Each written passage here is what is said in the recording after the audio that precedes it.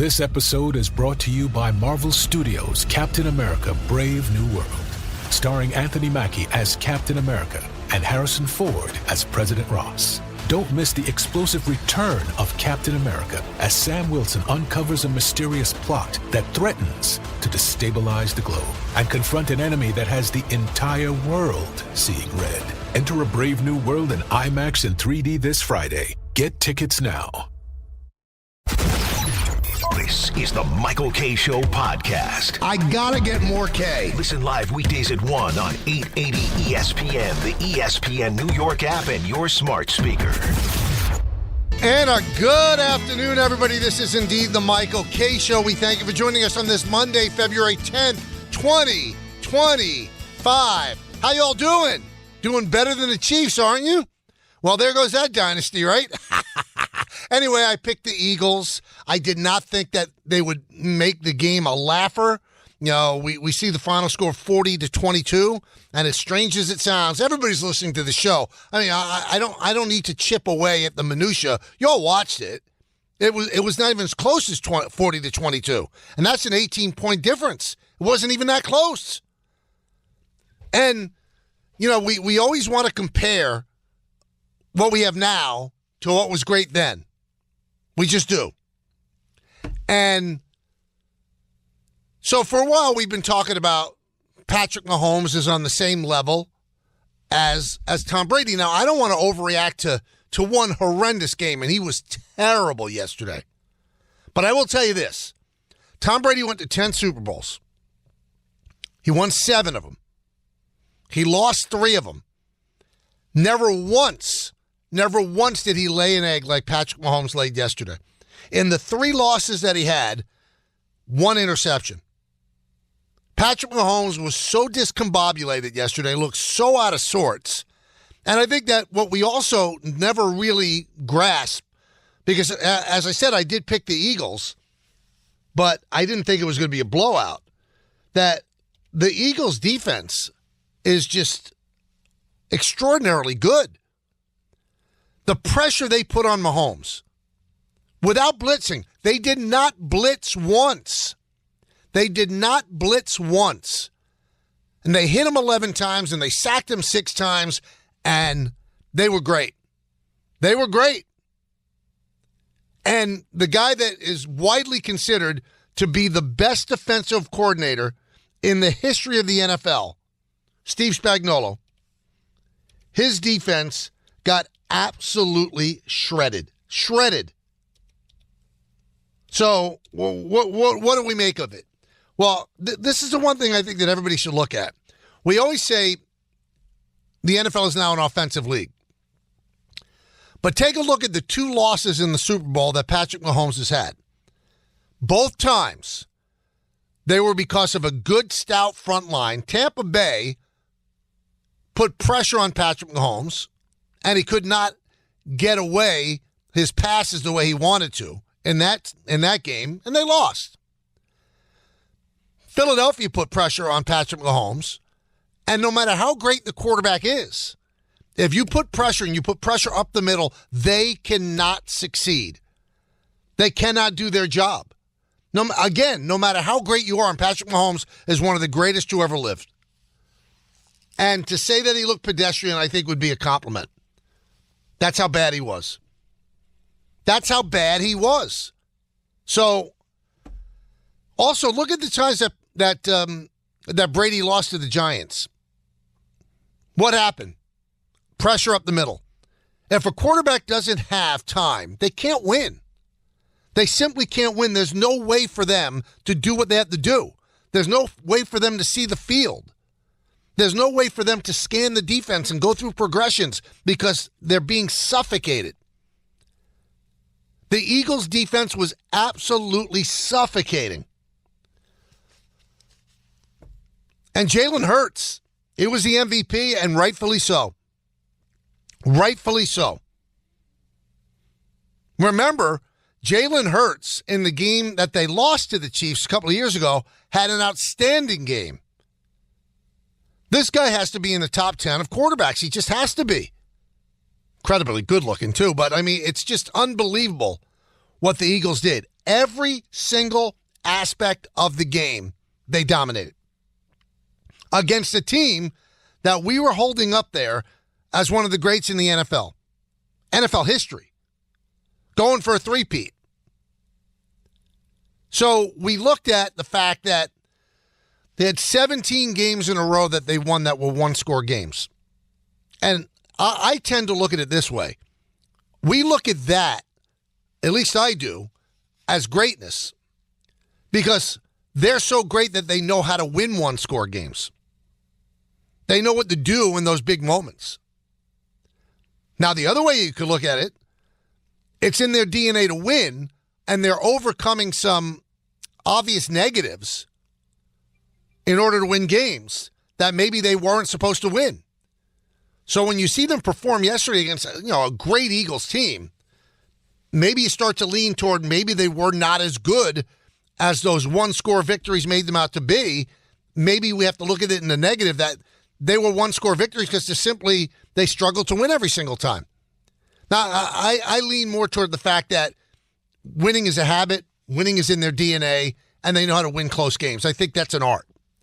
And yesterday was just one of those games. And, I've already read talk about, they're going to have to rejigger their offensive line. Do you know how much their offensive line was rejiggered after they lost to Tampa Bay? I mean, there's big money on that offensive line. Joe Thuney is about as good as you could get, right? They blocked him right into Patrick Mahomes a couple of times. Now, can we also put to bed the ridiculous narrative about the NFL being in the tank for the Chiefs to win? So, my family and I yesterday went to a lovely Super Bowl party in the neighborhood. And the guy whose wife hosted it, right from the very beginning, of course the NFL scripts these games. This is a really bright, successful man. Of course the NFL scripts these games. So when the Eagles jumped out to an early lead, he's sitting there pontificating how the refs are going to make it up now. You watch. And what I broke down to him was this. There's too much on the line for Roger Goodell to sit there from up high and say, okay, this is the way this game is going to go. You can't risk the golden goose. That's number one. Number two, let's say that we fall for the narrative and we actually say they do want the Chiefs to win. Why would they care if they won the Super Bowl? If all the machinations of lining everything up in order for you was to get to the Super Bowl, what difference would it make if the Chiefs won? And if the Super Bowl was actually rigged or scripted, wouldn't they want to close the game? Because I'm sure they lost a lot of audience in the fourth quarter. They didn't lose the Eagles audience, but they definitely lost the casual fan. Taylor Swift was only shown once because Travis Kelce had a bad game. Not just Travis, the entire Chiefs team. So she was just shown once. So there's nothing to show her again in the fourth quarter. So all the Swifties that you think that the NFL craves to have them stick around and watch games, they weren't given the honor of seeing Taylor once. She was shown once, and she looked miserable when she was shown. And if you really want to be honest with yourself, if you thought that the refs, and I don't believe this at all, and if you heard me last week, I fought it all the time. If you really felt the refs were in the bag for somebody and you watched that game, you think they were in the bag for the Chiefs. Now, the first call was an awful call on an offensive pass interference. And you started to think, oh, here we go. Because the host of the party that I was at said, see, they want the Chiefs to win. But the Eagles were not deterred. But if you look at the rest of the game, all the 50-50 calls went against the Chiefs. So all the complaining and all the moaning about how the Chiefs get every call, you wonder if it got into the heads of the officials that were working that game. And they wanted to be ultra vigilant about not favoring the Chiefs. Because let me tell you something, baby, they were not favored yesterday. They were not favored. The Eagles were. Couple of other things. If you've ever seen proof of you've got to let a football team cook, you got to let them breathe. You got to let them come together. Because the Eagles were 2-2 at the time of their bye. They played terrible. And this was after collapsing at the end of last year and then getting blown out in their first playoff game by Tampa Bay.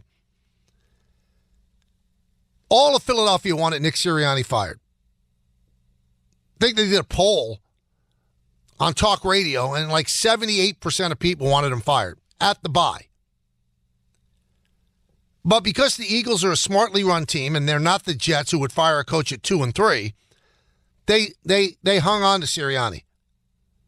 And all they did from that point on was be absolutely great. And he actually referred to that adversity brought them together as a team. You can't make knee-jerk reactions because that's what fans want. You got to read the room. You got to read your people. You got to know, this is the guy I hired. Do I believe in him or not? So, Nick Sirianni now is an absolute god in Philadelphia. And it shows you how flighty fans are. So you wanted him gone after 2-2, and now you want to hug him, and you want him there forever. Funny how that works, right? You got to stick with your decision. Now, if he does something awful, well, then you have the right to fire him. And I've always had this argument with Don. He said, well, what are you supposed to go, even if you make a mistake, you're supposed to, compound the mistake by staying with him. You can't fire somebody after 4 games in the NFL. It doesn't help. How did it work out for the Jets? They went from 2-3 playing a game against the Buffalo Bills for first place in their division to crap in the bed the rest of the way. Jeff Ulbrich was not the answer. Simply was not the answer. Because in the NFL, everything is put into place during the offseason, during training camp. And if you fire a coach early, you're wiping that all away. In other sports, it makes more sense. Not in football. It makes no sense in football. None. You stay with your decision because when you made that decision, you had conviction and you thought this guy could do it. So a guy that you wanted fired after 4 games had already taken you to a Super Bowl where you lost 38-35. It wasn't like you got blown out. 38-35. Then you collapsed at the end of last year and you go 2-2. Now, if you're going to fire him after the collapse, that's a different story. That's a completely different story. But then you decide to stay with him. You let him hire 2 new coordinators. You got to stay with him. The Eagles are a smart organization. Howie Roseman is smart. Jeff Lurie is smart. And that's why they're one of the forces in the National Football League. They don't make all great decisions. The signing of Bryce Huff turned out to be awful. 3 years, $51 million. He wasn't even active yesterday. Wasn't even active. The signing of Saquon was brilliant. But, you know what? He had a pedestrian game yesterday. And what Sal Palantonio said last week and what we said on Friday, watch, they're going to throw. They're going to throw more. Because Spagnuolo is going to be able to stop the run. He always does. Not one running back had 100 yards or more all year. So he could take something out of the game, but he couldn't take everything out. The Chiefs looked old. They looked tired. They didn't look good. They did not look good at all. So congratulations to the Philadelphia Eagles. And if you're a Giant fan, that had to be awfully sickening. I mean, really. You had to throw up in your mouth. So not only does a team in your division win a championship, doesn't look like it's going to be slowed down anytime soon. They have a young quarterback that's one of the top 10 quarterbacks in the league. He's not going anywhere.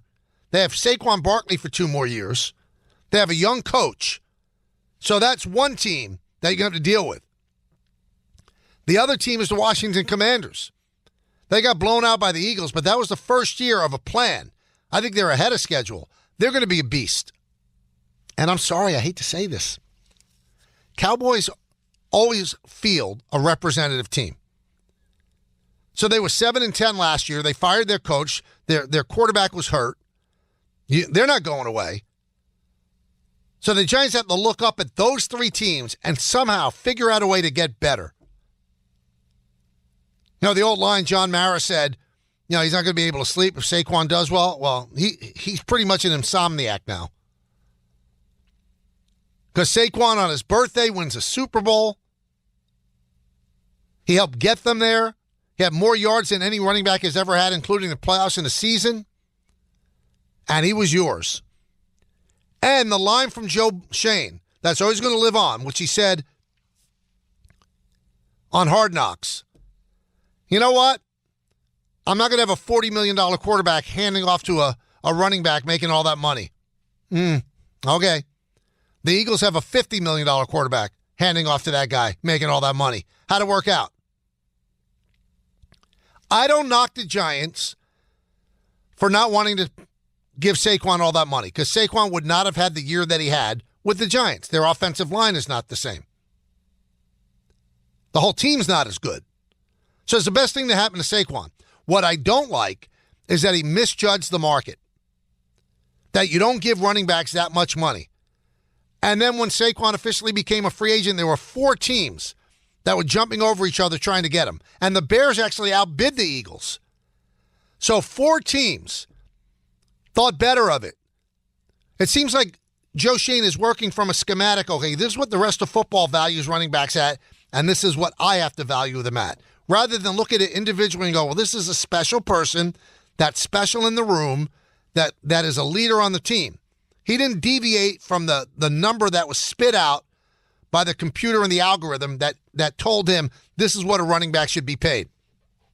And the bottom line on all of this is the difference between the Giants' offer and the Eagles' offer was $1.5 million guaranteed over 3 years. Think about that. That's why I don't think the Giants wanted him at all. Because if you're going to let $500,000 a year over a 3-year contract stand between you and a guy that was a second-round draft pick for you, then that's just bad management. That's why I'm going to err on the side of they didn't want him. Because you can't make $500,000 stand between you and that guy. If you really wanted him, then you stretch what you think he's worth. Like what the Mets did with Alonso. They don't think he's worth $30 million. But they stretched because they did want him. They wanted him on their terms, short term. And Joe Shane could not see through the prism of his numbers that you can't pay a running back that.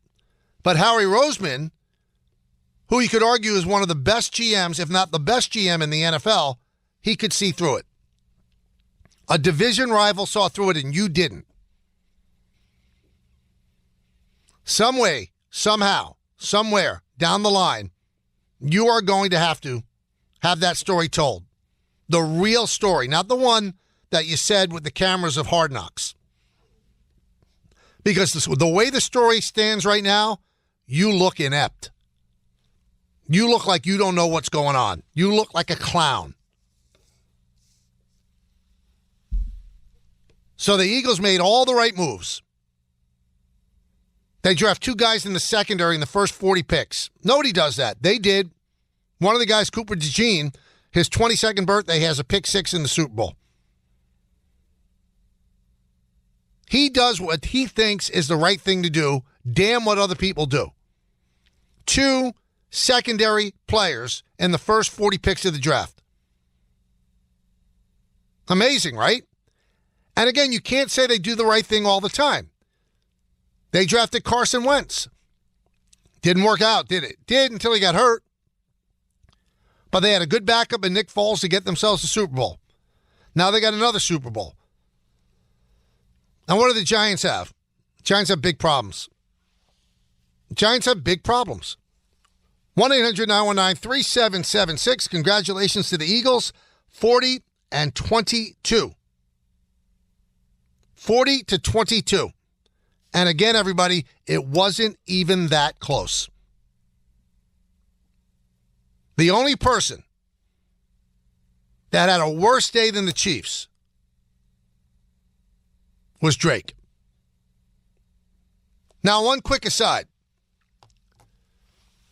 Kendrick Lamar on the halftime show is very clearly, and in the diss track that won Grammys, pretty much saying that Drake is committing an unforgivable crime. Unforgivable. In the eyes of the law, in the eyes of God, just incredible what he's saying in that diss track and what he said to 120 million people watching the Super Bowl.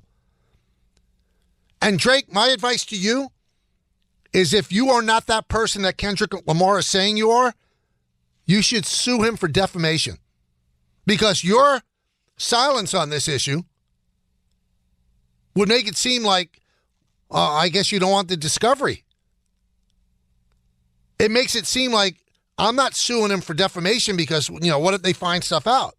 But if you're completely clear of that, I mean, he had the whole crowd at the Super Bowl saying minor. Think about that. For those that don't know, I'm not going to get into it, but I think most of the people are listening know exactly what Kendrick Lamar is accusing Drake of. Drake should be suing Kendrick Lamar to the hills, unless it's true. Don't come back with another diss track. What he's calling you is so unforgivable, and he's doing it on the biggest stage in the world, where 115 to 120 million people are watching. And I think the NFL has a problem, too, when it comes to halftime entertainment. Because when you pick an artist like Kendrick Lamar, you are serving maybe 40%, and I'm being generous, 40% of the people that are watching the game. And they are really happy because Kendrick Lamar, Pulitzer Prize winner, and his music is beloved by younger people. But there are a lot of fans of the NFL that are older that don't like that sort of music, and they turned off the halftime show. They just did. So I don't know how you solve that. I guess you can't please everybody. The NFL tried it for a while for that run there where they had the older generation stars, Bruce Springsteen, the Rolling Stones, whatever. But there's got to be a happy medium where you can serve both audiences. But again, the only person that had a worse day was Drake. The ignominious factor that you got completely dissed on the Super Bowl stage by Kendrick Lamar, it's unbelievable that it goes on. It's unbelievable that you let it go on. All right, we want to talk to you. This is when the co-host comes into play. 1-800-919-3776, 1-800-919-3776. Now, remember, everybody, according to Jay Glazer, the NFL insider for Fox, the Jets are done with Aaron Rodgers. We'll talk about that. The Knicks got embarrassed on Saturday by the Boston Celtics for the second time this year. Embarrassed. And I've got some things to suggest to the Knicks that might help things out. That's how giving I am. And with my own eyes, I saw how good St. John's is defensively. I mean, they just really, really took care of UConn and Gamble Pavilion on Friday. So we got a lot of stuff to do. Today's the 10th. Tomorrow, pitchers and catchers report. So baseball is next, everybody. Baseball's next. The football season is now officially over. 1-800-919-3776. Hey, maybe the offseason, but every season is Bigelow Tea season. You know I'm picky about what I drink, especially on days I have a show. One of the first things I do each day is reach for a mug full of Bigelow Tea. I love the different flavor options. It's perfect for someone who makes his living behind a microphone. You want to know what keeps me going? Look no further than my cup of Bigelow Tea next to me in the studio. So grab a mug full of your favorite Bigelow Tea and tea proudly. Bigelow Tea, the official hot tea of the New York Yankees.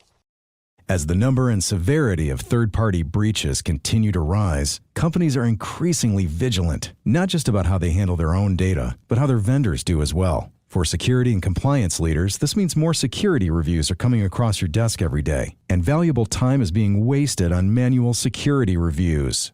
With Vanta Questionnaire Automation, security and compliance teams can complete security reviews up to 5 times faster, giving you time back to focus on running your security and compliance programs. Over 8,000 global companies like ZoomInfo, Smart Recruiters, and Noibu use Vanta to save time on security reviews. Visit vanta.com/podcast to learn more about questionnaire automation. That's VANTA.com/podcast. Get in the zone, AutoZone. Welcome to AutoZone. What are you working on today? I think my battery's dead. With free battery testing and charging, we can help you get back on the road. Get in the zone, AutoZone. So what if I need a new one? We have the right Duralast battery for you, only at AutoZone. Get in the zone, AutoZone. And what about my old battery? We can recycle it right here at America's #1 battery destination. Get in the zone, AutoZone. Restrictions apply. My dad works in B2B marketing. He came by my school for career day and said he was a big ROAS man. Then he told everyone how much he loved calculating his return on ad spend. My friends still laugh at me to this day. Not everyone gets B2B, but with LinkedIn, you'll be able to reach people who do. Get a $100 credit on your next ad campaign. Go to linkedin.com/results to claim your credit. That's linkedin.com/results. Terms and conditions apply. LinkedIn, the place to be, to be. Thanks for listening to the Michael K. Show podcast. He's been here a long time, and he's going to be here even longer. Catch the show on demand whenever you want. Just subscribe to us wherever you get your podcasts. Yes. Welcome back to the show, everybody. Game time. Brought to you by Tullamore Dew Irish Whiskey, because when it's game time, it's Tully time. At 7 o'clock on ESPN TV, it's a men's college basketball doubleheader. North Carolina against Clemson, followed by Baylor against Houston at 7:30. The Nets host the Hornets at Barclays Center, and that's on the Yes Network. Tullamore Dew, the original triple distilled, triple blended, triple cask matured Irish whiskey. Be sure to grab a Tullamore Dew. Try the new Tullamore Dew Honey during today's action. Glasses up to enjoying Tullamore Dew responsibly. All right, talking about the Eagles, Super Bowl champions. They're going to have their parade in Philadelphia on Valentine's Day. So we'll see how that works out. A lot of greased poles, and hopefully nobody climbs up those poles. 1-800-919-3776. And let's go to the phones. Let's start off with the great Tessa in West Caldwell. Tessa. Hey, Michael. Thanks so much for taking my call. Listen, besides Drake, no, us Giants fans had like the worst day of our life yesterday. Are you kidding me? On this man's birthday? And we know he didn't want him. Like, I'm sitting here listening to your take, Mike. Everything was great. And I'm just sitting here like, no, Michael, we wanted to throw up. I feel like my soul got ripped out of my body yesterday. Like, I wasn't even caring that, the Chiefs was getting embarrassed. I just couldn't believe it because they just didn't want him. And that's all that it comes down to. They just didn't want him. This is a great guy in the locker room, on the field, and he wanted to stay. That's what I think really bothers me. You could hear it in his voice on Hard Knocks. He wanted to stay with us. As much of trash we are, Michael, he wanted to stay with us. So to see this man be everything we knew he could be with our rivals who we hate, those dusty birds, it's just like, you happy for him because he's a good guy, but you feel so sick to your stomach. Michael, I feel like I bashed my head against the wall like 40 times yesterday. So no, we had a bad day too as Eagles fans, and us Giants fans. And don't forget, I'm in New Jersey, so it's just like the southern part of New Jersey where I'm down there working at, they're acting crazy down there. Like, I didn't even go to work down there today, Mike, because I don't feel like it. I don't feel like getting in fights. I don't feel like doing none of that. So I'm not trying to hear none of that. So, with that, no, we feeling it too. I'm really sad today. But I just wanted to just say, Mike, I really appreciate everything you were saying today about, like, just keeping it real. Jalen Hurts, about everything, because I feel like people are forgetting the fact that KC got embarrassed. They got kicked in their throats. It was embarrassing. All of that talk about he's going to be better than Brady. Brady has never lost like that. They all look like they went out the night before on a boat trip. Like, did y'all do the boat trip? Like, did y'all? Because this is crazy. Were you out line dancing? Because what was going on yesterday? Like, it was so embarrassing to the point I'm just like, is this real? Like, I turned a couple of times because I kept saying, like, this has to be fake. Like, I don't know what's going on. Not like the refs are doing anything, but I just couldn't believe how they didn't show up. You know what I'm saying? He looked discombobulated. Like, Patrick Mahomes looked like, I feel like that's going to be the key to his downfall. I feel you just got to get to him. So no matter how much money they put in that O-line, no matter what they do, if you get to him the way they got to him, 6 sacks, 16 pressures, he looked like he can't do it. I'm serious, Mike. I just kept looking at his eyes, right? Yeah, he looked, you know what, Tessa? He looked lost. I've never seen him look that bad. And I give him credit. After the game, he took total blame. He said, this is on me. I can't play that poorly. And the Chiefs, never in my wildest dreams would I think that the Chiefs got boat raced out of a game. They had no chance. They had no chance. They were out of it from the very, very beginning. How many times have we seen a Super Bowl where somebody gets totally embarrassed like that? There have been a couple. But a two-time defending champion to not show up? I hate to frame it that way for this one reason. Let's give some credit to the Eagles because they were great. So even if the Eagles were great, the Chiefs should not have looked that bad. They should not have looked that bad. But they did. They looked absolutely dreadful. Let's go to Mike in Red Bank. Mike. Hey, great show as usual. Thanks, man. I appreciate your comments about the halftime show. I think we should definitely move past the divisiveness. I think the halftime shows aren't reflective of even what most African Americans want for a halftime show. I think we want a halftime show that's more well-rounded and not a halftime show that just, kind of pinpoints a small percentage of the population. And I also feel like, I want to go back to the days where you had actual entertainment. I mean, this just seems like they're throwing a show together just to kind of, fulfill that. But I would tell you, Mike. I mean, my kids were at this party that I was at yesterday, and my daughter had the phone out and was like taping the show. So there's a segment of the population that thought it was great. So I'm not going to say it was marginalized.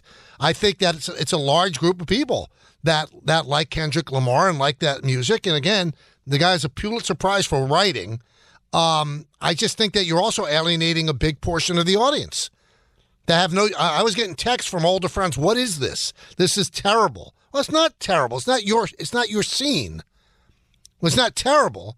I just think there has to be a sweet spot that the NFL could find that you actually could cater to a more broad scope of your audience than a segment of your audience.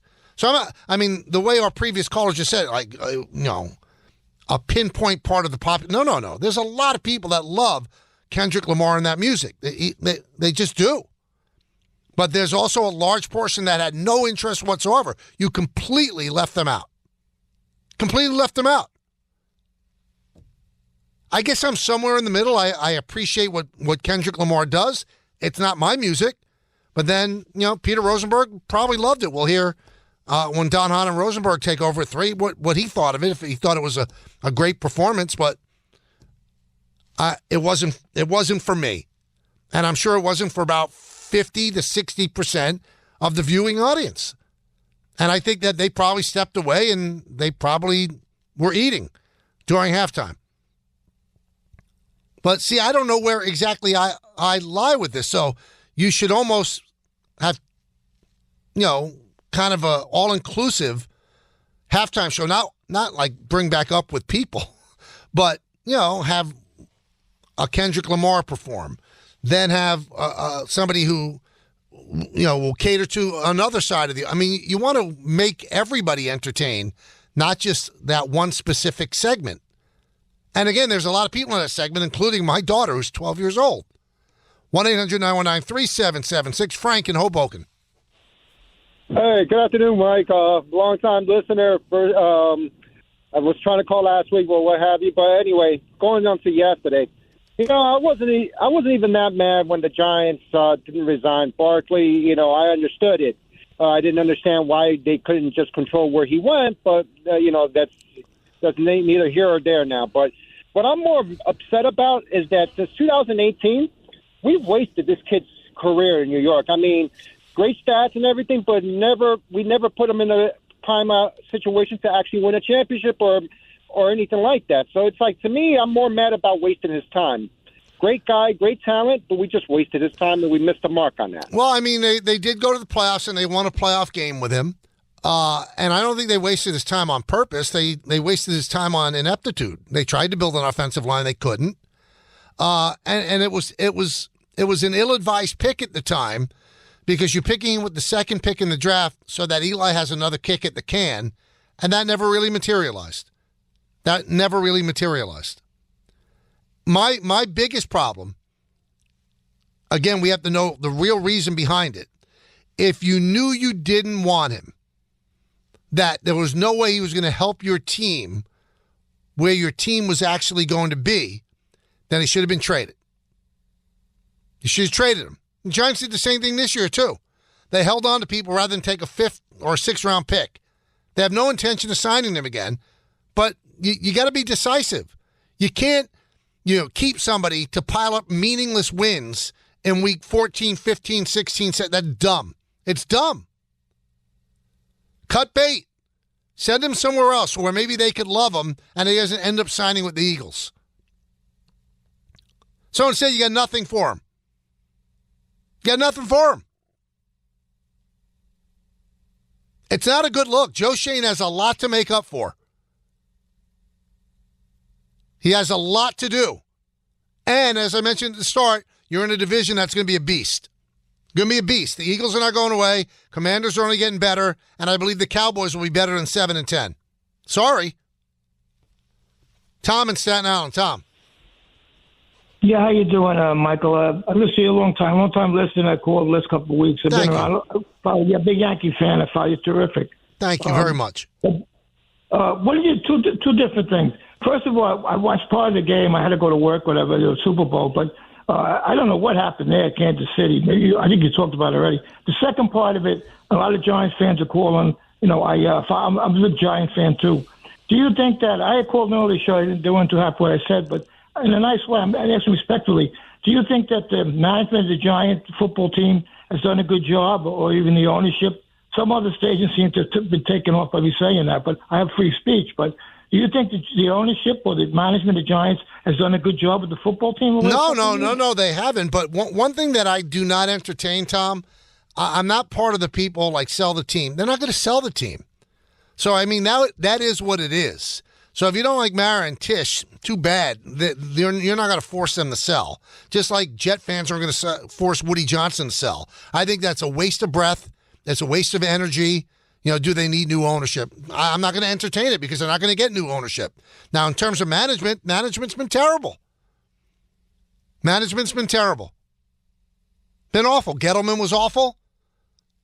The last years of Reese were awful. So far, you got one playoff and one playoff win out of Shane and Dable, but they didn't shine last year. And every decision they made did not work out well. Putting the eggs in the Daniel Jones basket, that's not good. You look awful. You essentially chose Jones over Saquon Barkley. Jones not good. I mean, an untrained guy like Mike, he was never good. He wasn't worthy of the 6th pick in the draft. He didn't make quick decisions. He's got athletic talent. We'll see if a better coaching staff could make him better, but it wasn't going to happen here. Then you signed him that contract. Everybody gives him, they were able to get out of the contract after the 2nd year. But if he stunk, why did you even give him 2 years?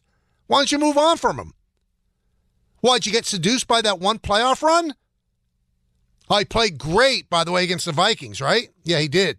And he stunk against the Eagles. So you put your eggs in that basket, and you essentially shoved Saquon Barkley aside. 2 bad decisions. 2. So they have not covered themselves in glory. I'm sorry, they have not. And I'm not of the mindset, they have to go because, as used to aggravate Don a lot. I never, ever call for somebody to get fired. That's a human being. I'm not that cavalier about it. But they got to do a better job than they did. This is their last chance saloon. If they throw up another, 5-12, they're out. They're both going to be out.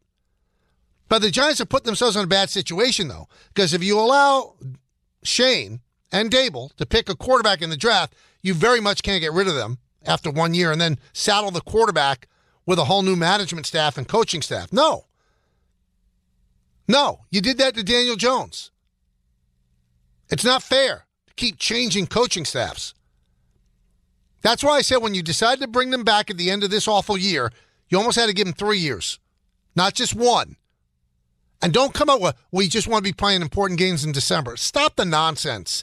You weren't playing important games in December this year. The only important games in December were you going to get the number 1 pick or the number 3 pick.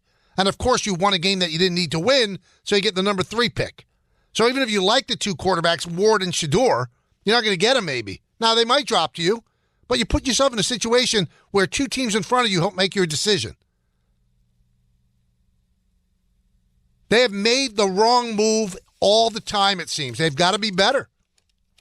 They've got to be better. Hey, March is almost here. College basketball is reaching its most exciting stretch of the season. Right now, new customers on FanDuel get $150 in bonus bets when your first $5 bet wins. That's $150 extra bucks to bet on everything from conference clashes to tournament upsets, and even who's cutting down the nets. Now, if you've been waiting to join FanDuel, there's no better time. The app is easy to use, and when you win, you'll get paid instantly. So visit FanDuel.com/K. Get in on the college hoops action before March takes over.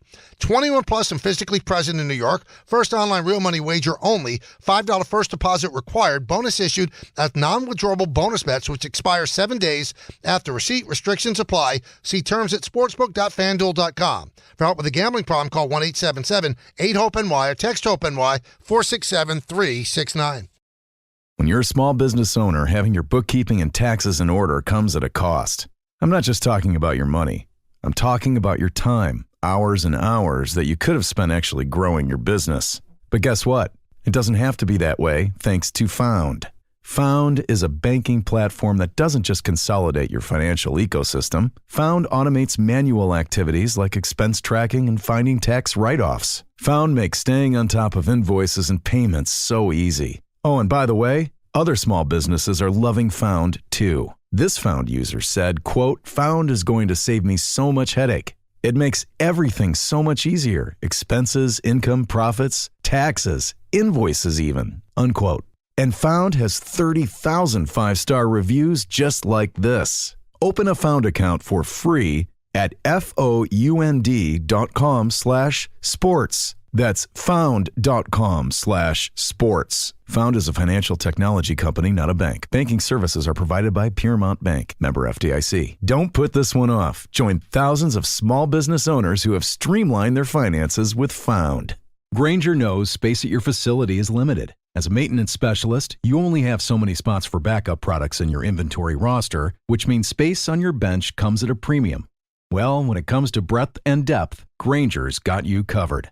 They've got over 1 million industrial-grade products. Plus, fast delivery helps reduce the inventory you need to keep on hand, freeing up space and capital while giving your operation a winning edge. Call 1-800-GRAINGER, click Grainger.com, or just stop by a local branch. When you think about businesses that are selling through the roof, like Aloe or Allbirds or Skims, sure, you think about a great product, a cool brand, and brilliant marketing. But an often overlooked secret is actually the businesses behind the business, making selling, and for shoppers, buying, simple. For millions of businesses, that business is Shopify. Nobody does selling better than Shopify, home of the #1 checkout on the planet. And the not-so-secret secret with Shop Pay that boosts conversions up to 50%. Meaning way less carts going abandoned and way more sales going. So if you're into growing your business, your commerce platform better be ready to sell wherever your customers are scrolling or strolling. On the web, in your store, in their feed, and everywhere in between. The secret's out. Businesses that want to grow, grow with Shopify. Upgrade your business and get the same checkout Untuckit uses. Sign up for your $1 per month trial period at shopify.com/network. All lowercase. Go to shopify.com/network to upgrade your selling today. Shopify.com/network. Thanks for listening to the Michael K. Show podcast. He's been here a long time, and he's going to be here even longer. Catch the show on demand whenever you want. Just subscribe to us wherever you get your podcasts. I am going to blow your minds right now. You're going to say, really? And I'm going to say, yeah. You're going to say, really? I'm going to say, yeah. Today is the 10th. In 11 days, Friday, February 21st, the first Yankee spring training game on Yes. Yankees against the Rays. It's all happening. Football over, baseball about to begin. Pitchers and catchers report for all the teams in the next couple of days. So it's exciting times. We'll be all over it. You know that. Yankees and the Mets. You can hear the Mets, all the Met games right here on 880 ESPN throughout the year. So, yeah, we got it covered, baby. 1-800-919-3776. Let's go back to the phones. Danny in West Babylon. Danny. Hey, how's it going, Mike? First time caller. Oh, welcome aboard, buddy. Thank you. I'm enjoying the new show. Listen, I only called in because I heard you talking about it, but the halftime show. Listen, I have a 14-year-old daughter, and she was all excited, like you said. And if she's going to sit and watch the Super Bowl with me, I'll sit and watch halftime with her, right? Yep. But the thing that I couldn't relate to is that there was no entertainment. There was no performance. It was a Kendrick Lamar concert. And he's not really a performer. He's just, he is what he is, good and bad. The kids love it, but it's not that I can't relate to it. There's nothing to it other than that. Well, I mean, there was some choreography and such, Danny. I'll give you that. Again, it might not be for some, but I think a lot of people were probably entertained. A lot. I just think that the NFL, because it's such a big stage, they had to find the sweet spot where you can cater to everybody, not just a segment of your audience. They yesterday catered to a segment, and they catered very well to that segment. But did they cater to their entire? I don't know. We're such a segmented population now. I don't know if that's possible. I honestly don't know if it's possible to cater to 100%. So have different performers, not just one. But I think there was entertainment too. I mean, he's an unbelievable writer. He won a Pulitzer Prize for it, and there certainly was some choreography. Let's go to Richard in Manhattan. Richard. Hi, Michael. Hello. I'm looking at the New York Post. I'm reading Phil Mushnick's article. Right. And there's a picture of Tom Brady. Have you seen it? I read it online. I didn't see any picture. Oh, no, you have to see his picture. Okay. Now, to me, and you can ask your brother-in-law who's a dentist, it looks to me, and they did this in Italy years ago for the male models, what they do is pull teeth out on the top, and that has an effect of sinking in your cheeks because you lose bone. So I don't know if he had his wisdom teeth or maybe even his second molars. He looks, you got to see the picture of him. Well, I've seen him, Richard. He's extraordinarily thin. He looks completely different than he used to. I mean, he's a health freak. He's a workout freak. He doesn't put anything unhealthy into his body. He has sunken in cheeks. He does. His teeth actually look bigger than they used to look because his face is thinner, and they highlight his teeth even more. And if you take a look at Tom Brady in his first 2 years in the league, his hair was obviously thinning. Going back in the power alleys, that's how my hair is. And now he's got the most lustrous full head of hair. So whatever he did, God bless him. Whatever he did, God bless him. But I'm not going to get into what he did with his teeth. He's just a lot thinner than he used to be. He was pudgy and doughy. Take a look at this picture that he took at the NFL Combine when he was just out of Michigan. He was actually chubby. He's not anymore. He's a physical specimen, man. 1-800-919-3776. Let's go to Raul in Harrisburg. Mike, how you doing? Thanks Good, how are you? The call. December 13, remember? No. The Tavern Tap. The what? The guy. Tavern Tap in New Jersey? Yeah. You signed the ball. Thank you. Oh, thank you very much. Okay. All right, Mike. I gotta talk about this a little bit. Can you make this make sense? Can the Yankees swap DJ LeMahieu for Nolan Arenado? It's an easy swap, right? Take on the contract the Cardinals owed them. Oh, Nolan, and then I just don't trust DJ anymore. You know what I mean? I heard you talk about this last week. Well, I mean, listen, if it was up to me, I would definitely try to make it work with Arenado. I don't think the Yankees feel that way, or maybe they're waiting for the price to even come down more. Now, I was thinking about 5 and 10. 5 and 10, you can't be traded. Forget if you have a no trade clause. So I was thinking about this. DJ LeMahieu has been on the Yankees for more than 5 years. And he's been in the big leagues for 10. They might not be able to trade him. Now, Marcus Stroman's a different story. But I don't think the Yankees look at Arenado the way I do, the way you do. I just don't think they do. I think that if you brought Arenado in, he's everybody looks at him as ancient. He's only a year older than Aaron Judge. you would exponentially improve your defense at third base no matter who you put there. The guy's a stud defensively. Stud. But from what I'm hearing, they don't feel like that. I would make that move. If you could get rid of Stroman's contract, which is $18 million, that helps defray a lot of what Arenado does. And then you have the Cardinals pick up more money in years 2 and 3, and you make it an eminently affordable contract. I know they're probably gun-shy with Josh Donaldson, with what happened with Donaldson. But that was on you. Donaldson had $25 million a year for 2 years, and you took on all of it. Don't take on, I'm not telling you to take on all of Arenado's contract. The Cardinals are desperate to get rid of him, like the Twins were desperate to get rid of Donaldson. But they got you to take all of their contract. All of it. That was $50 million of sunk cost. Because, I'm sorry, Donaldson was never an important player for the Yankees. I didn't have the problem that other people had with him. I actually got along with him fine. But he was not worth $25 million a year. That was an awful, awful trade by the Yankees. They wanted to get rid of Gary Sanchez. Well, there are other ways to get rid of Gary Sanchez. To take on $50 million of a player that couldn't play anymore. Because I had heard after that, and I told the story in the air, after that deal was made, the Twins were celebrating that they were able to dump Donaldson off on somebody. The Twins team was celebrating. They wanted no part of him. This is different. This is different. I know that Arenado's metrics have gone down over the last couple of years. That's what happens with age, except if you're Aaron Judge. He's been tremendous. But he could still field the position. Yankees have enough offense. When I look at their team, I think they've done a great, great job. I don't like the fact they're going into the season with that combination at third base. I just don't. I don't think it's enough. We'll see if they do anything else.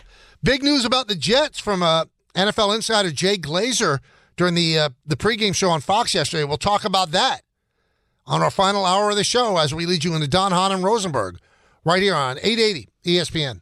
Thanks for listening to the Michael K. Show podcast. You know what? Check yourself. Hear more from Michael K. weekdays at 1 on 880 ESPN. Suck it up and like it. The ESPN New York app and your smart speakers. This episode is brought to you by Progressive Insurance.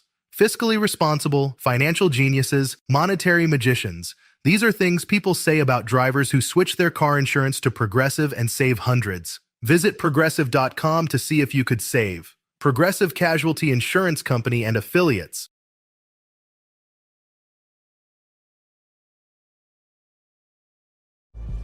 This episode is brought to you by Marvel Studios' Captain America: Brave New World.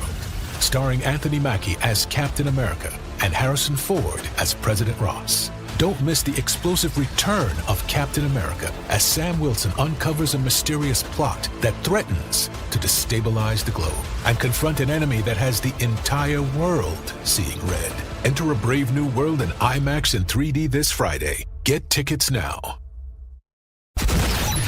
This is the Michael K. Show podcast. I gotta get more K. Listen live weekdays at 1 on 880 ESPN, the ESPN New York app, and your smart speaker.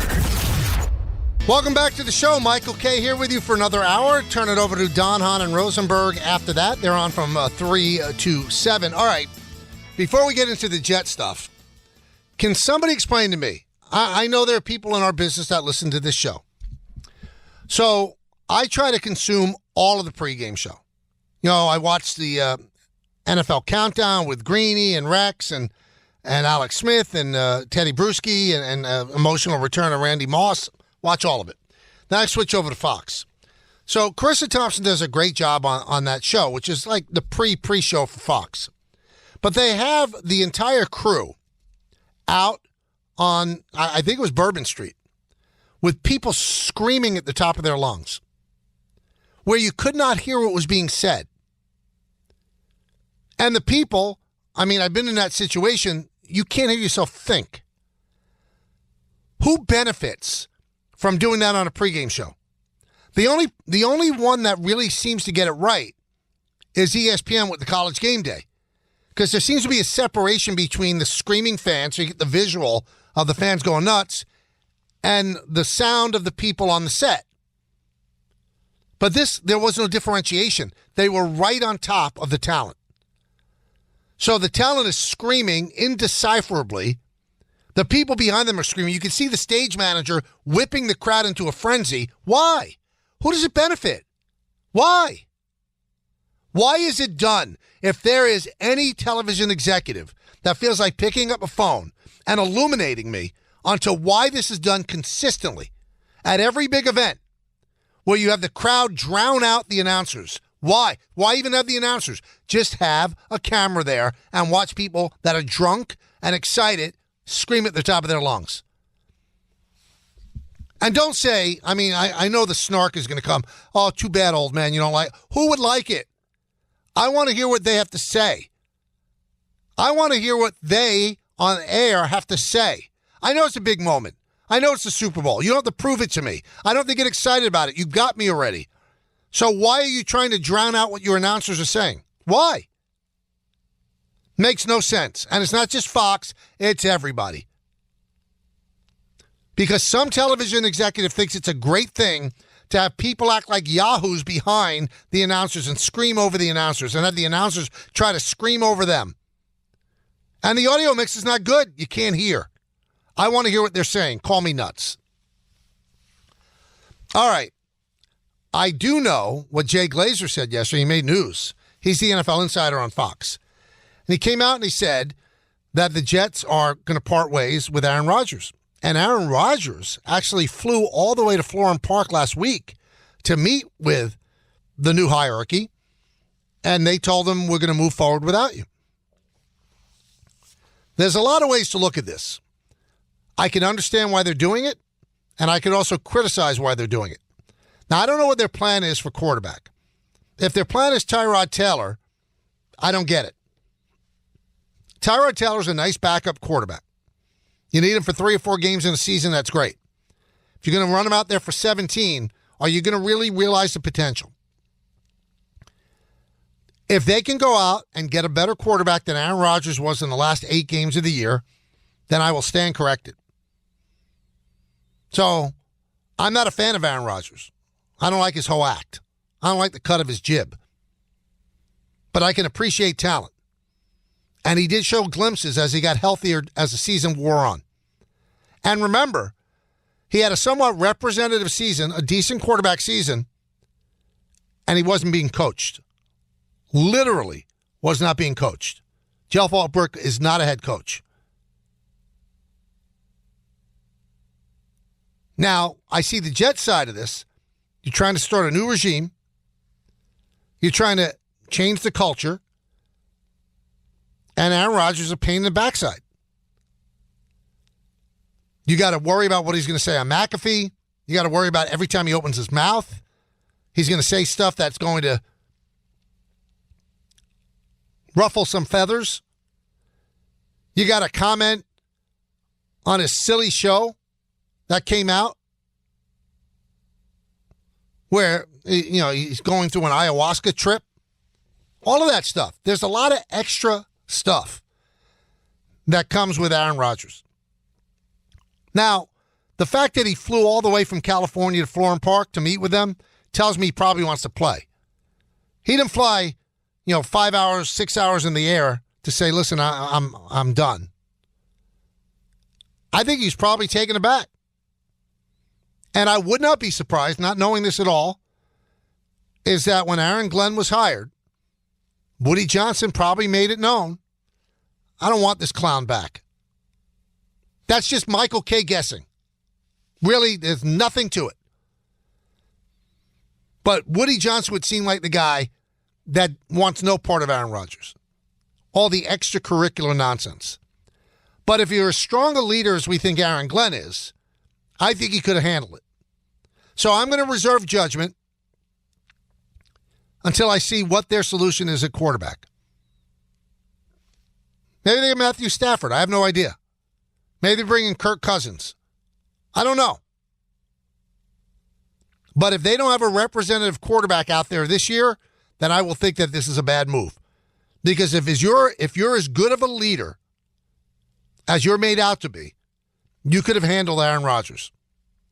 Because now, Aaron Rodgers, you've got him almost with his hat in his hand. He's going to listen to everything you say. But instead, you cut him off at the legs and say, you're out. Now let's look at the broad picture, everybody. Can we do that? What a terrible, terrible Jetsian decision bringing this guy here. It was an abject fail in every way, shape, and form. Did it make them relevant? Yeah, relevant in what way? Because you have a big-time distraction, a future Hall of Famer on your team who never played at that level? You can't blame him for the first year. After the fourth play, he was out for the remainder of the year. But that was drama, too. You know, he's rehabbing quickly. He's going to come back by Christmas, blah, blah, blah. The whole deal. The Jets are still in it. Then the next year, he does rehab, and he decides he'd rather go to Egypt than go to a mandatory minicamp. And for those that defend him, don't waste your breath here, because on the new show, I'm trying to give you a lot of space to say what you think, but that's dumb. What's the difference he went to all the other things? He didn't go to the mandatory minicamp. That was the beginning of the end of Robert Saleh. I don't care if he showed up at everything. The one thing that said mandatory, look it up, what mandatory means. He decided to start his vacation 3 days early. Why? Because that's him. Because he wants to be that irritant. He wants to be the burr under your saddle. He wants to be the smartest guy in the room and tell you how smart he is. That's what he wants. That's what he's all about. He's a distraction. He was terrible for the Jets. They gave up a lot. They're going to suffer a huge cap hit, either all this year or spread out over 2. They spent a lot of money, got nothing out of him, nothing. And then they had to get all his friends and family. It's like a T-Mobile phone plan. You had to get Devontae Adams. I'm not going to name them all. You know everybody that he brought in. And what did it all mean? Nothing. They stunk. And he was not near the quarterback that he was when he won all those MVPs with Green Bay. Green Bay wanted him out. They wanted him gone. Now, if I'm Aaron Rodgers, do I want it to end this way? I mean, he's essentially released by the Jets. Now, they have no guaranteed money that they owe him. So, I mean, you can spin it whichever way you want. But the Jets didn't want him. The way it's being reported, they didn't want him. We're not interested. What a way for an all-time great to go out. So I think he's going to look for work somewhere, but I wonder where. Where? You want to go play in Tennessee? Where do you want to play? Do you want to play on a bad team? It's being reported over the weekend that the 49ers are bringing back Brock Purdy, sign him to a big contract, so San Francisco's out. That would be the dream place to end it. Maybe the Raiders? If anybody can handle him, Pete Carroll could handle him. Maybe the Raiders. But anywhere he goes, it's Joe Namath with the Rams. Even the Jets were it turned into Joe Namath with the Rams. He took a little luster off his legacy. Can't take away that he's one of the greatest quarterbacks who ever lived. But he has not ended the book with a strong last chapter. And just double back one more time. I still think the Jets should have brought him back. Get something out of this mess. A well-coached team with discipline. Maybe he does step up and return close to what he used to be. Instead, you just let him go for nothing. The 2-year experiment was about as failed can be. You took your shot. You took your shot. And it worked out terribly. It worked out absolutely awful. I'm sorry. No other way to look at it. Call up and tell me what good came out of Aaron Rodgers here. He was an embarrassment. The things he said, the way he acted, the way he skipped mini camps, the way Robert Saleh ended up getting fired because of that, I think.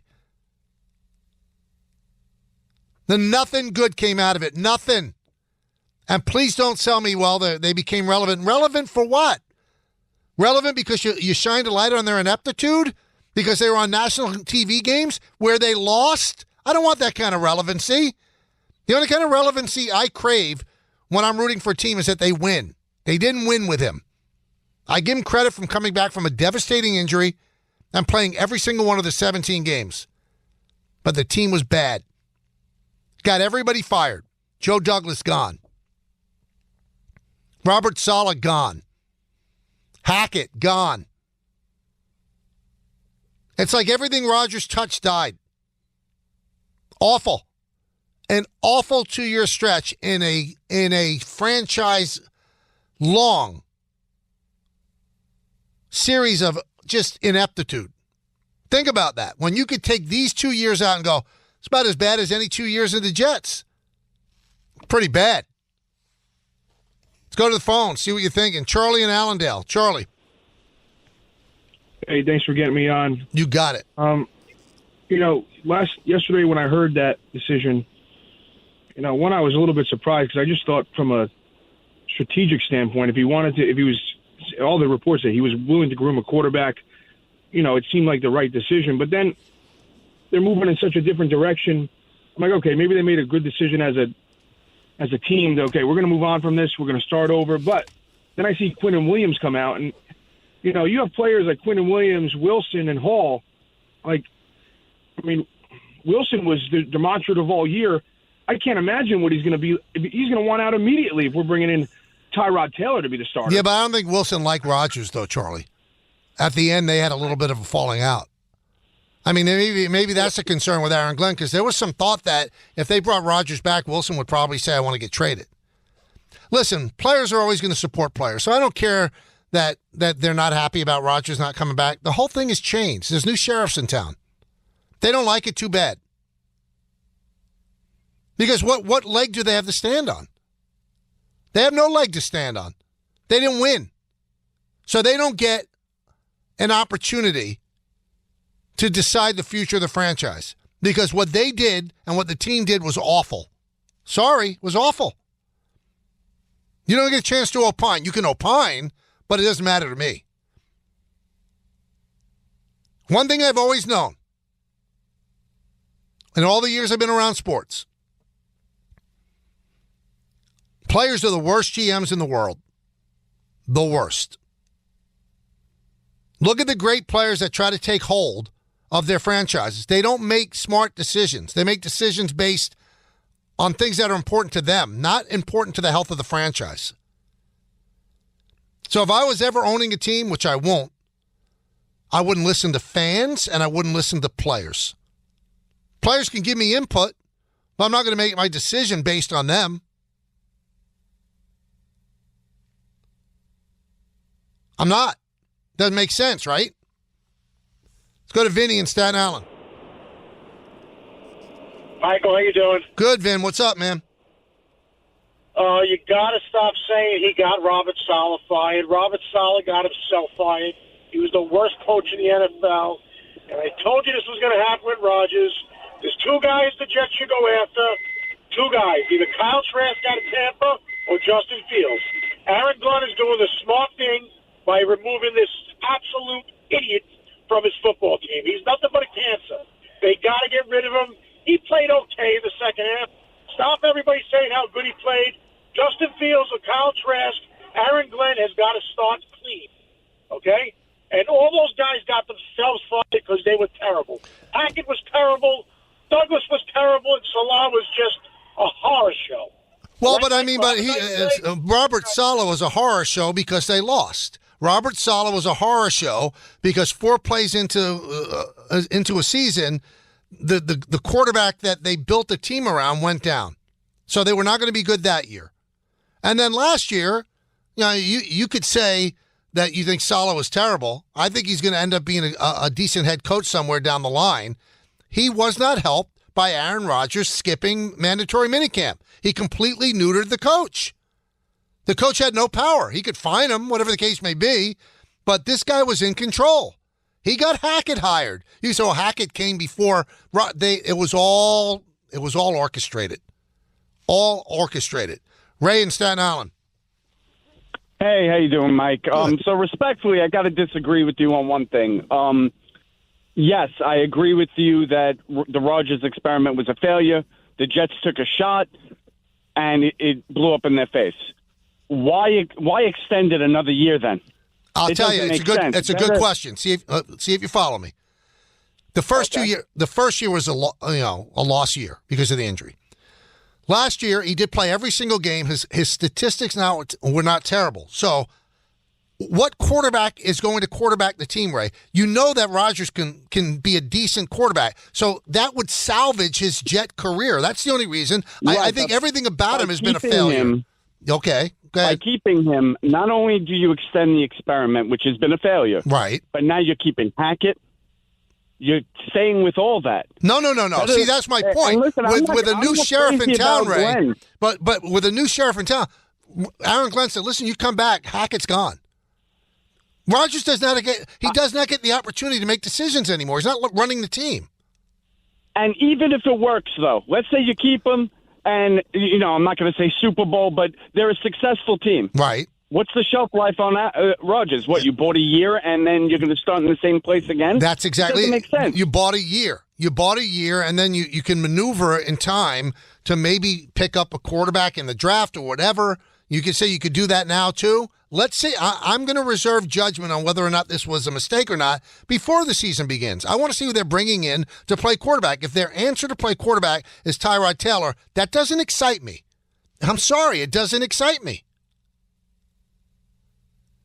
And Tyrod Taylor's a nice player. But I think that Aaron Glenn cannot start a rebuilding process with a Jet team that has not made the playoffs in 14 years. I think they have to put up a significant season this year. Of course not go to the Super Bowl. They're not good enough. But is making the playoffs out of the realm of possibility? Well, now you're going into the season without a quarterback. So are the Giants. Strangely enough, both teams in this area don't have a quarterback. Let's see which team comes up with a better quarterback. Let's go to Frank in Hoboken. Frank. Hey, Mike, great show again. It's me again, unfortunately. But I was going to say that, this might be a weird way to look at it. This might be the best thing that can happen for Aaron Glenn and the new hire GM. And the reason I only say that is because now you can assess their ability to go out there and maybe put themselves in the position to get a quarterback or sign a bridge quarterback. I mean, I'm not thrilled, like you just said, I'm not thrilled about Tyrod Taylor. But at the same time, I mean, you have to determine they have to determine within themselves whether or not this regime has the ability to develop a quarterback or not. Unfortunately, you sign Aaron Rodgers, let's say by some luck you make the playoffs, and then he decides not to come back the following year, then you're pretty much stuck in trying to figure out who's your next quarterback. But then you're in the same situation where you are right now. So without having a good year, you're in a situation where you don't know who's going to be the quarterback. And you say a bridge quarterback. Your bridge quarterback is probably Tyrod Taylor. You're not bringing in Sam Darnold. You're not. And now if you could get Justin Fields, I'd say, you know what? That's not a bad move. That's a nice play. Guy's a former high first-round draft pick. He's got talent. He's never been coached the right way. Let's give it a shot with him. I would like that move. I wouldn't mind that move for the Giants either. But you say you're kicking the can down the road, but maybe get some wins. Give your fan base something to root for. You can't keep telling your fan base we're building, and building, and then it's 15 years without the playoffs. 15 years without the playoffs in a league where everybody makes the playoffs. Dave in the car. Dave. Hey, what's up? Hey, what's up, Thanks for Dave? having me on, Michael. You got it. All right, quick. I want to see if you see this my way. I'm looking at Shane and I'm looking at Dable and the Giants. Mm-hmm. Okay, they come in, they make the playoffs, and then everything from that moment on has been colossal mistakes. Mm-hmm. I remember listening to your show when you were on with Peter, and you heard how much money they were giving Daniel Jones. It was shocking, but we swallowed it. Big mistake. Now you run Barkley out of town. Another big mistake.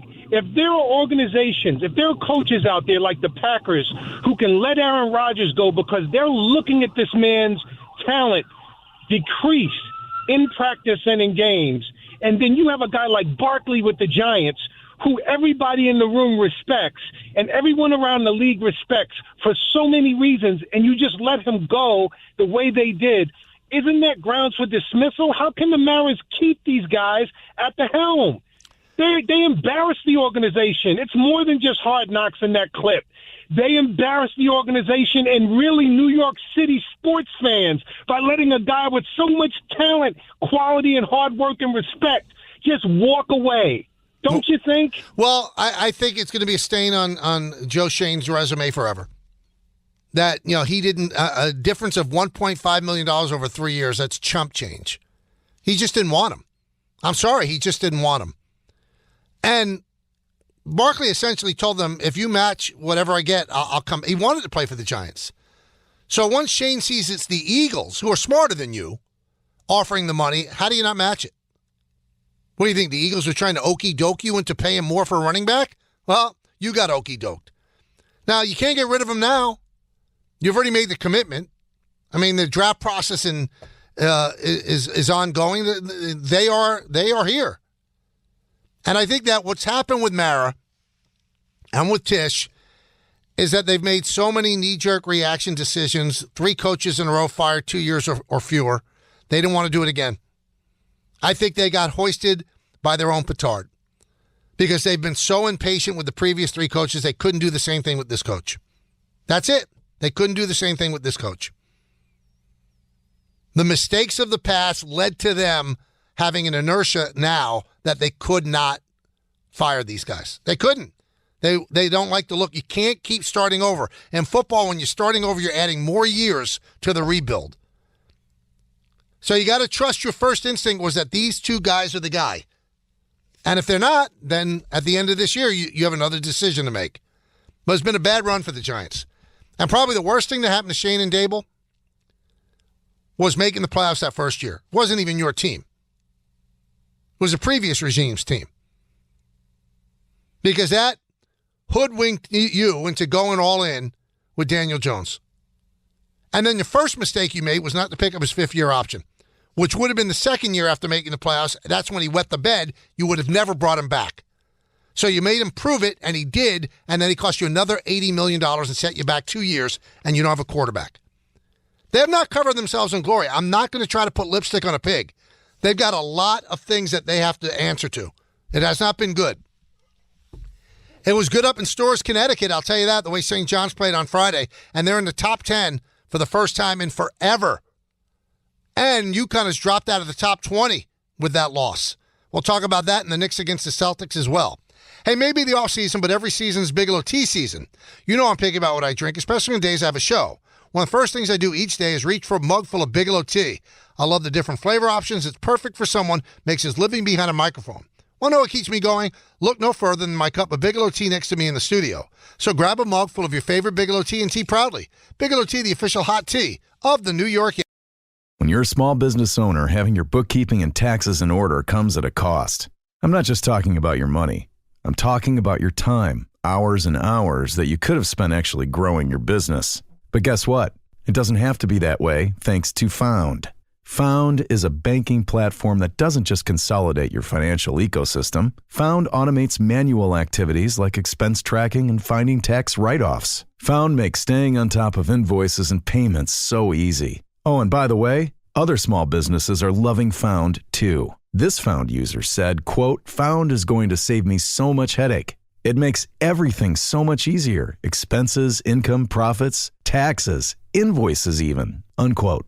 And Found has 30,000 5-star reviews just like this. Open a Found account for free at found.com/sports. That's found.com/sports. Found is a financial technology company, not a bank. Banking services are provided by Piermont Bank, member FDIC. Don't put this one off. Join thousands of small business owners who have streamlined their finances with Found. There's one thing that will forever change the way you sleep, and it's the softest 100% organic cotton sheets from Boll & Branch. You'll fall asleep faster, wrapped in the most luxurious comfort. You'll never sleep hot again with sheets that feel breathable to sleep in. You'll experience the purest softness on night 1 and feel your sheets get even softer with every wash. Discover the difference with 15% off your first set of sheets at bollandbranch.com with code SPORTS15. Exclusions apply. See site for details. Ryan Reynolds here from Mint Mobile with a message for everyone paying big wireless way too much. Please, for the love of everything good in this world, stop. With Mint, you can get premium wireless for just $15 a month. Of course, if you enjoy overpaying, no judgments, but that's weird. Okay, one judgment. Anyway, give it a try at mintmobile.com/switch. Upfront payment of $45 for 3-month plan, equivalent to $15 per month required. Intro rate first 3 months only, then full price plan options available. Taxes and fees extra. See full terms at mintmobile.com. Thanks for listening to the Michael K. Show podcast. He's been here a long time, and he's going to be here even longer. Catch the show on demand whenever you want. Just subscribe to us wherever you get your podcasts. Welcome back to the show. So, Friday, my son and I drove to Storrs, Connecticut to see St. John's against UConn. Gampel Pavilion was absolutely jammed. And early on, it was all UConn. All UConn. And you thought, wow, maybe this is a comeuppance for St. John's. No, it wasn't. Pitino is such an extraordinarily good coach. He decides to press for 94 feet. And he has always had teams that do this.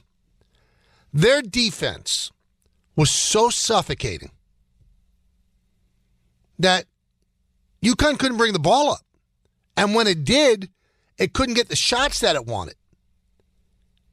I mean, it was such an impressive defensive performance. Even after the game, Danny Hurley, the UConn coach, said, that defense is for real.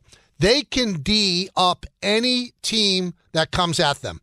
That's how impressive they were. Now, do I think they're a national championship team? No, I don't. Because the problem that I see with this team, and I've said it before, and in this UConn game as well, they should have won that game by 15 to 20 if they just hit their threes. Now, if they're well-defended threes, you can't really jump on a kid for hitting for not hitting well-defended threes. These were wide-open looks. They're just not a good three-point shooting team. When I looked up at the score, last time I looked, I think it was shooting like 20% from three. It's going to be hard to win. Now, they did shoot much better from the free throw line. I think it was like 75 to 80% in that game. It was great. They looked terrific. And R.J. Lewis had an unbelievable shot at the end. UConn made a spirited run at the end, but Lewis hit that shot. They had 3 seconds left on the clock. They were inbounding, and Pitino, after timeout, draws up a perfect play.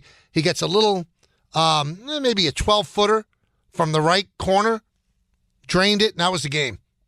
That was the game. Congratulations to St. John's. That was exhilarating to watch. Really was. Place was so crowded. A lot of St. John's fans. I want to tell you something. Very proud of my son.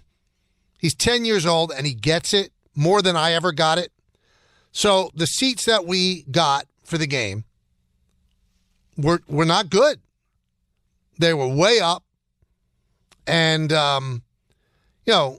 people are so jam-packed into the arena that you're standing the whole time, and it's all benches. And I think we're in row Q. But I was just happy to be in the event or at the event. I don't complain about such things. I'm not Peter. I don't need to be in the first row. Now they were rough seats. They were a long way away. So as we're driving home, and it was about a 2-hour drive there. And that's one of the benefits of doing 1 to 3. I would not have been able to go to that show if I was still go to that game if I was still doing the afternoon show. So we drove up. We got there just as the ball was being tipped off. And when we're driving home, I said to Charlie, I said, I'm sorry the seats weren't that great. And he said, you have nothing to be sorry for. I looked at him, I said, why? He said, we're so lucky that because of your job that we get good seats to games. This is what people do. This is where people sit. We're not any better than anybody else. Those seats were fine. I wanted to cry. I wanted to hug him. I was so impressed that he would say something like that. Rather than be a spoiled brat, because we do have the fortune, because of my jobs, to sit in good seats, and this time it wasn't a good seat, and it didn't even faze him. He said, we're no better than anybody else. He said, we just get good seats because of you, so I was fine where we were. I guess Jody's doing a good job with this kid because that was a nice thing for him to say. Saturday night, Knicks against the Celtics. Second time this year the Knicks get blown out by the Celtics. Now, I'm not going to go crazy. No OG Anunoby, right? And a less than right Karl Anthony Towns. Now, you could say, well, the Celtics didn't have Porzingis. They played Cornette, and that was a smart move by Mazzulla. And they didn't have Drew Holiday, both out. But Jason Tatum took over. He had a great game. He was unable to be stopped. Here's my advice to the Knicks. Ever since he hurt his thumb, Karl Anthony Towns not been the same player. Now, he was also being bothered by the tendinopathy he has in his knee. The Knicks are safely in the playoff spot. Whether they finish third or fifth or sixth doesn't make a difference to me. Just doesn't. Now, if they dropped into the play-in, that would make a difference. You got to sit down Karl Anthony Towns till he's right. You just do. Having him play halfway like this, it's not benefiting anyone. He was completely overwhelmed in that game. Josh Hart was overwhelmed too. A terrible plus-minus. And I'll give him a pass because he's been so terrific for them. But I'm sorry. Continuing to roll out Karl Anthony Towns with the bad thumb where he can't shoot a three, which is a big part of his game and a big part of the Knicks' spacing. And now with the knee, sit him out for a couple of weeks. Let's see if it can heal, if he can get better. You're not going anywhere in the playoffs unless this guy is right. Continuing to run him out there doesn't make any sense. Now, from what I'm hearing, Anunoby with the foot problem and Mitchell Robinson are in practice today. So Mitchell Robinson's not yet ready to play, but there's a chance against the Pacers tomorrow that OG Anunoby could play. No way would I play him. If you don't play him tomorrow, then you have 12 more days because of the All-Star break before you have to play again. Why would you play him tomorrow? Who cares if you lose that game? I would not play him. You've got to get Anunoby right. You've got to get Karl Anthony Towns right. And then maybe when they come back from the All-Star break, Mitchell Robinson will be right, and that will help the depth. But to continue to play Karl Anthony Towns like this, you are going to lose. You might lose in the first round of the playoffs if he's playing like this when you get into the playoffs. One of the great things about him as a big man is his ability to shoot the three. He cannot shoot the three with his thumb in the shape that it's in. Keep him out. If it's for 3 weeks, keep him out. Absorb the losses. Maybe you could pick up some wins along the way. Continuing to play him hurt is not a smart move by the Knicks. So I look at the game against the Celtics. I don't go crazy. The Celtics overwhelm them. That's it. Celtics are the defending world champions. You are not right if Karl Anthony Towns is not right. And your best defender was out. So I'm not going to freak out about it. I think the Knicks still have a chance to get to the conference finals. I really do. But they got to be healthy. And expecting Karl Anthony Towns' knee to get better and thumb to get better while he continues to play is an exercise in futility. They can't continue to do it. You got to stop. You got to stop. Andrew in Long Island. Andrew. Hey, Michael. Thanks for taking my call. You're doing a great job on the new show. Thanks, man. No doubt. Yeah, so one of the special things about this St. John's team, I believe, is that all of their best scorers are also their best defenders, and that just sets up a great winning culture. And I look at it like this. Does it worry you about the threes, though? The shooting does concern me a bit, for sure. But I look at it actually in baseball terms. If you have a team, right, who can prevent the other team from scoring with pitching and defense, yep, and then you get your timely hits, a.k.a. your timely scoring for St. John's, you can compete and win a lot of games. And Lewis and Kadary Richmond are legit closers for this team, very clutch players. And Kadary didn't even have that great of a game on Friday. Right, but you know what? He came alive in the second half and helped propel the Johnnies. Mm-hmm. No, I was really impressed, Andrew, and I see what you're saying. If they defend to that extent, the way they defended against UConn, they can win games. I just think that somewhere on down the line, they're going to be outscored because they can't hit threes and the other team will. Now, the thing that you have to hope is that their defense is so suffocating that they don't give up threes. I was shocked. Shocked at how they shut down Solo Ball in the second half. He had 13 points early in the game and then got completely shut down. They didn't look great. UConn did not look great. Now they drop out of the top 20 with the newest poll today. Not good. They didn't look good. I was surprised. I really was. 1-800-919-3776. Eagles are Super Bowl champs. Chiefs got embarrassed. We'll finish up the show with you being the co-host, 1-800-919-3776. Baseball is starting soon. Our first game on Yes is going to be Friday, February 21st. So from one sport to the next, the calendars continue to flip over, and a new sport comes about with basketball and hockey, and it's going to be great. We've got it all right here on 880 ESPN. Hey, when the game tips off, the NBA action is just beginning on FanDuel, America's #1 sportsbook, because FanDuel is your home for NBA live betting. So even if you miss the first few minutes of the game or want to bet on a fourth quarter comeback, you can make your picks from the first whistle until the final buzzer. That's right. Plus, you can even combine your live bets into a same-game parlay for a shot at a bigger payout. However you want to play, now's the perfect time to join. New FanDuel customers get started with $150 in bonus bets if your first $5 bet wins. Just visit FanDuel.com/K to join today. That's FanDuel.com/K for your shot at $150 in bonus bets. Make every moment more with FanDuel, official sports betting partner of the NBA. 21 plus and physically present in New York. First online real money wager only. $5 first deposit required. Bonus issued as non-withdrawable bonus bets which expire 7 days after receipt. Restrictions apply. See terms at sportsbook.fanduel.com. For help with a gambling problem, call 1-877-8-HOPE-NY or text HOPE-NY 467-369.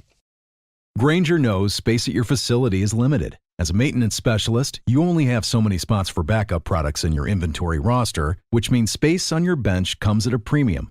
Well, when it comes to breadth and depth, Grainger's got you covered. They've got over 1 million industrial-grade products. Plus, fast delivery helps reduce the inventory you need to keep on hand, freeing up space and capital while giving your operation a winning edge. Call 1-800-GRAINGER, click Grainger.com, or just stop by a local branch. My dad works in B2B marketing. He came by my school for career day and said he was a big ROAS man. Then he told everyone how much he loved calculating his return on ad spend. My friends still laugh at me to this day. Not everyone gets B2B, but with LinkedIn, you'll be able to reach people who do. Get a $100 credit on your next ad campaign. Go to linkedin.com/results to claim your credit. That's linkedin.com/results. Terms and conditions apply. LinkedIn, the place to be. When you think about businesses that are selling through the roof, like Aloe or Allbirds or Skims, sure, you think about a great product, a cool brand, and brilliant marketing. But an often overlooked secret is actually the businesses behind the business, making selling, and for shoppers, buying, simple. For millions of businesses, that business is Shopify. Nobody does selling better than Shopify, home of the #1 checkout on the planet. And the not-so-secret secret with Shop Pay that boosts conversions up to 50%, meaning way less carts going abandoned and way more sales going. So if you're into growing your business, your commerce platform better be ready to sell wherever your customers are scrolling or strolling. On the web, in your store, in their feed, and everywhere in between. The secret's out. Businesses that want to grow, grow with Shopify. Upgrade your business and get the same checkout Untuckit uses. Sign up for your $1 per month trial period at shopify.com/network, all lowercase. Go to shopify.com/network to upgrade your selling today. Shopify.com/network. Thanks for listening to the Michael K. Show podcast. He's been here a long time, and he's going to be here even longer. Catch the show on demand whenever you want. Just subscribe to us wherever you get your podcasts. Welcome back to the show, everybody. Eagles, champions, embarrassed the Chiefs 40-22. They'll have more on Don Hahn and Rosenberg coming up in about 10 minutes. 13 minutes, actually. The show starts at 3, so you have to stay tuned for that. Tiger will not play in the Genesis tournament due to his mother's death. He said he's just not ready to do it. Certainly understand that. And we got a lot of stuff to talk about. Baseball's happening real soon. Pitchers and catchers report tomorrow. And let's go to the phones. Let's go to Henry in South Carolina. Henry. Michael, thanks for having me back on. I appreciate it. Thanks for calling. A fun Super Bowl weekend. Absolutely. Of course. Now, if you don't mind me reverting back to the bit of the halftime show conversation, I was catching up on the podcast. The Michael K. Show is available wherever you find your podcast. Oh, yeah, beautiful. Yeah. So I was catching up on hour one, and I haven't called ever to push back on you, man, but I don't want to just push back just a little. I think it really is just a generational thing. And I think that for the years that I've taken in the Super Bowl since 1990-esque. How old are you? I'm 35. Okay. So around the time, I mean, I would believe, if I'm not a great historian, but I believe that I wasn't alive for, Up With People doing, producing the halftime show and the marching bands and things like that. Generally, it's become more of a reflection of where the culture stands at a certain point. And, look, we do some retrospectives sometimes. We go back and get some heroes of rock and pop in there. Paul McCartney, Rolling Stones, Tom Petty, Bruce Springsteen, right? Mm-hmm. But, in the past few years, as Jay-Z and Rock Nation have produced the show, it's definitely skewed into a hip-hop setting. And that is just really where pop music is at this point in time. It is such a cultural shift. And, I understand that demographics need to be met and pleased everywhere, but it can't be a smorgasbord of everything. It can't please everybody. I think we're essentially on the same page. I'm not killing that performance at all. It wasn't done for me. But all I know is that the texts that I were getting, people of my age, they weren't interested. And I just said that my 12-year-old daughter was very interested. She was like videotaping the TV off a phone. So, yeah, it was something for a lot of people, but it was nothing for a lot of people, too. And I don't know if there's a sweet spot. I don't know. That is popular music right now. But you do have an older audience that might not like it, and you're losing them. They're still going to stick around for the football. They don't care, but they're not watching the halftime show. They're just not. I watch because I try to be hip. I try to stay current. I'm not, but I do try. And, there's songs I knew. I knew it was this track about Drake and all that. But I don't think it was for a lot of people. I got a lot of phone calls today from people of a certain age. They what was that? Well, it was a guy who's incredibly talented and popular and won a Pulitzer Prize and is very much current. But some people don't like current. Again, I don't think there is a solution. Timmy in New Haven. Timmy. Hey, how are you doing, Michael? I love your show. It's the only 2 hours of sports radio I listen to. Well, thank you, man. And generally, I agree with you like 100%. I think you're right on so many of your takes.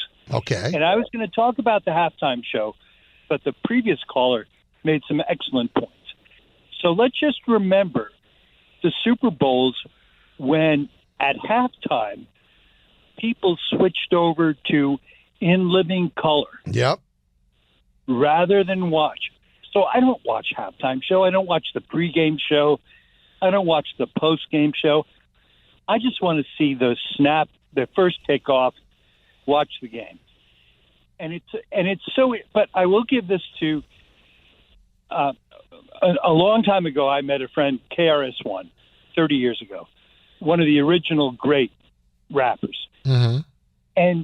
And for it to expand from a very niche to a broad part of American culture, I think we have to celebrate it. Well, listen, I think that, Timmy, you and the previous caller think that I'm dissing what happened on halftime.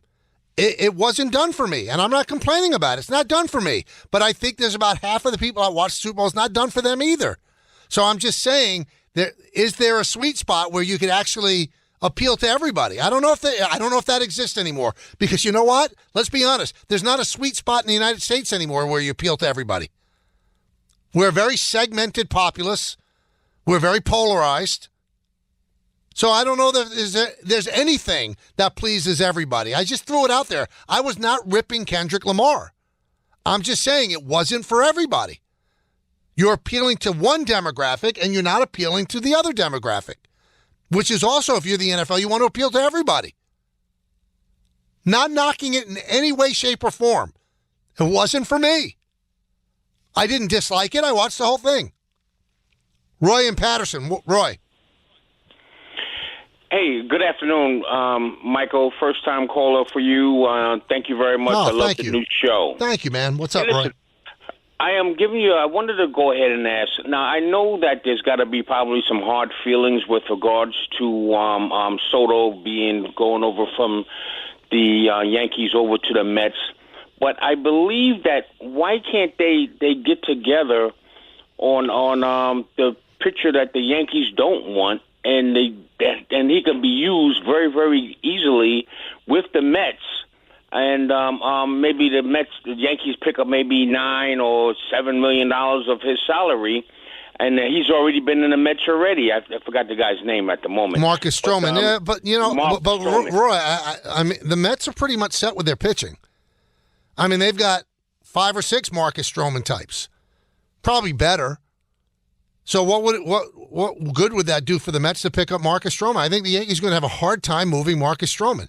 And as for being upset about Soto, nobody's upset. It's business. The Mets made the better offer and they got him. So you think if Brian Cashman and David Stearns could make a deal that Brian Cashman said, no, you took Juan Soto? Absolutely not. I just don't think the Mets want Marcus Stroman. I just don't think they do. Drew and Rockland. Drew. Hey, Michael. Good afternoon. How you doing, Drew? I'm doing well, thank you. Good. Hey, I'm just wondering your take here. So in the Yankees free agency, we didn't go after Carlos Correa, which is fine with me. Do you believe Hal and Brian still hold the Astros cheating scandal over that? Well, you mean Correa or you mean Bregman? I thought it was Correa. Well, you mean like a couple of years ago? Yes. Well, he's a shortstop, and they for the longest time, their plan was to be with Anthony Volpe. The Astros cheating scandal, I mean, Garrett Cole was on the Astros. That's a fan-driven thing. If they felt that Alex Bregman, fit at Yankee Stadium and that they had room under the threshold, you think it would stop them that he was on the team that cheated? Again, that's fan-driven. It's not organizationally driven. Why is Garrett Cole on the team then if it meant so much to you? It doesn't make sense when people say stuff like this. They didn't go after Correa because they knew they had Volpe in the system, and they didn't want to spend $30 million for a shortstop. Had nothing to do with the Astros. Nothing. Nothing to do with the cheating scandal. I don't believe it. I don't believe it. I refuse to believe it. 1-800-919-3776. File that number because coming up, Don Hahn and Rosenberg, I'm sure they have a hot take on everything that happened in the Super Bowl. I'm sure Peter's going to have a hot take on the Kendrick Lamar halftime show. So there's a lot to do. I'll be back again tomorrow at 1 as we lead you into a new time in sports. Baseball, basketball, hockey, football is over. We have a new champion. It's the Philadelphia Eagles. It's the K-Show right here on 880 ESPN. In the words of Billy Joel, life is a series of hellos and goodbyes. I'm afraid it's time for goodbye again. See everybody. Don Hahn, Rosenberg next. Thanks for listening to the Michael K. Show podcast. You know what? Check yourself. Hear more from Michael K. weekdays at 1 on 880 ESPN. Suck it up and like it. The ESPN New York app and your smart speakers. This episode is brought to you by Progressive Insurance. Fiscally responsible, financial geniuses, monetary magicians. These are things people say about drivers who switch their car insurance to Progressive and save hundreds. Visit Progressive.com to see if you could save. Progressive Casualty Insurance Company and Affiliates.